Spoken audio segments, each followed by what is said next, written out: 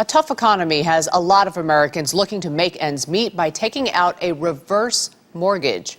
Here with some advice on the pros and cons is our financial contributor, Vera Gibbons. Good morning, Vera. Good morning, Julie. All right, what is a reverse mortgage? Right, this is a special type of loan, a government-insured loan, where you're converting your home's equity into cash.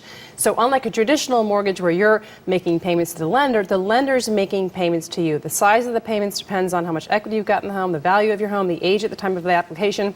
And you get this money any number of ways.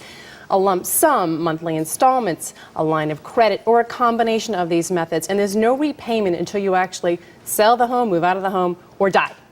It sounds pretty good. Can anyone do this? Well, there are some requirements. You have to be 62 years of age or older. You have to have a lot of equity in the home, so either you own the home outright or you've got a small balance remaining on the mortgage.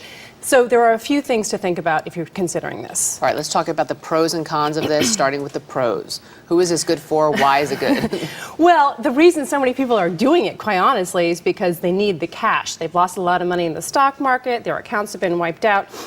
So they need the cash infusion. That's why they're doing this. Their back is up against the wall. Right. They can't get a loan, perhaps. They can't do a refi because of the continuing credit crunch. So this is actually a way around this. No income requirements, so you could technically have no income. Credit requirements are minimal, so this is definitely a way around that. This is why people are doing it. So they need the money. All right, so what's the catch? What's the downside? If you have to do this and you're doing it, what should you be aware of? Well, these loans are very expensive. I mean, they can cost you up to 10% of the value of the home over the course of the loan in fees. All sorts of upfront fees, from origination fees, appraisals, titles, insurance premium. They really do add up, potentially thousands of dollars. So I think people really could be overwhelmed by these fees. Also keep in mind that if you intend to leave your house outright to your heirs, this is not for you. And you are still going to be responsible for property taxes, for the maintenance of the home.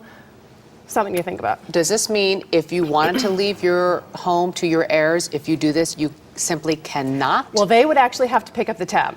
So if you want to leave your home outright to your heirs, free and clear, you cannot do this. But they're going to give you the cash, and you can do whatever you want with the cash.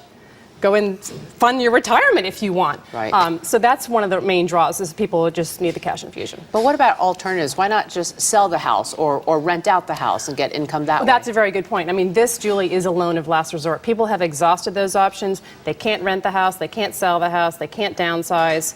They've exhausted their options, so they're doing this. Oh, so this really sounds like a last resort thing. Well, I mean, driving the volume is the bad economy, and they're doing about 10,000 of these loans each and every month right now because of the bad economy. That's incredible. Yeah. Vera Gibbons, thank you. Thanks, Julie. Thanks for the warning.